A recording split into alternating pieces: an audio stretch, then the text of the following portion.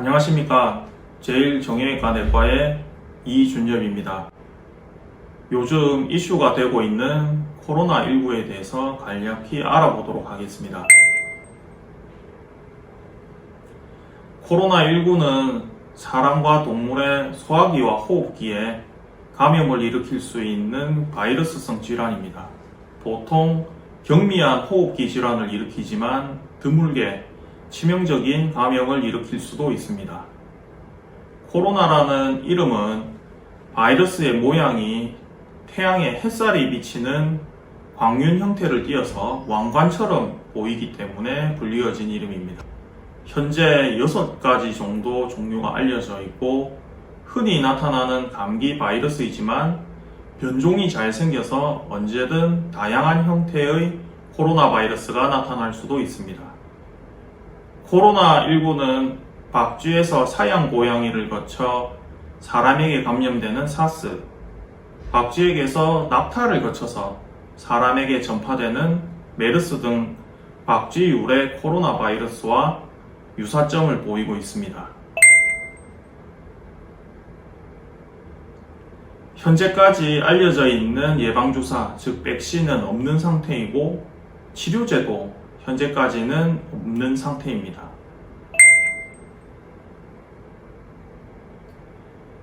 세간에는 구충제 치료가 도움이 된다고 알려져 있습니다만 아직 연구가 진행 중으로 정확한 용량이나 부작용, 유효성 등이 충분히 입증되지 않은 상태입니다.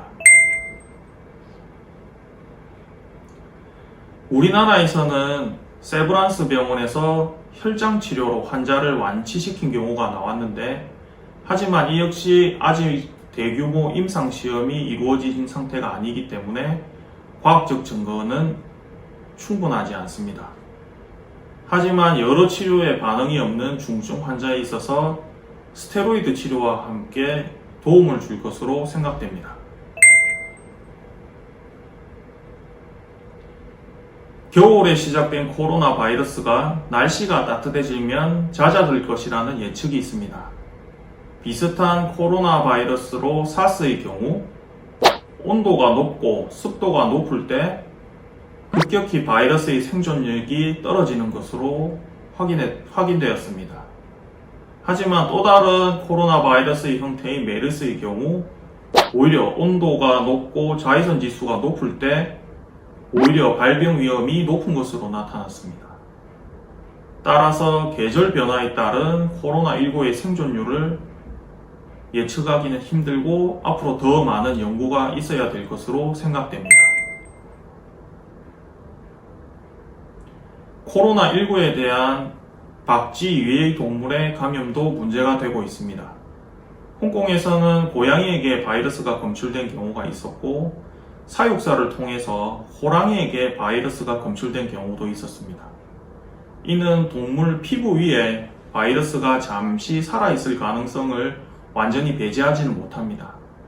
사람에게서 다른 동물로의 전파는 아직 불분명한 상태로 더 많은 연구가 필요할 것으로 생각됩니다. 앞으로 다른 코로나의 발생에 대해서도 고민할 필요가 있습니다. 기본적으로 발전된 국가에서는 반려동물을 제외하고는 가축이나 야생동물이 비위생적으로 사람의 거주 공간에 뒤섞여 살지를 않습니다. 하지만 비위생적인 환경이라면 언제든지 다른 형태의 바이러스가 나타날 가능성이 높다고 생각됩니다. 정부는 하루에 확진자가 50명 이하로 줄어들 때 감염 경로가 부정확한 경우가 신규 확진자의 5% 이내일 때 적극적 사회 거리두기로 권고하고 있습니다. 앞으로도 우리는 정부의 방침을 따르며 손 씻기, 마스크 사용하기, 적극적 사회적 거리두기를 시행함으로써 코로나 바이러스를 이겨낼 수 있을 것이라고 생각됩니다. 감사합니다.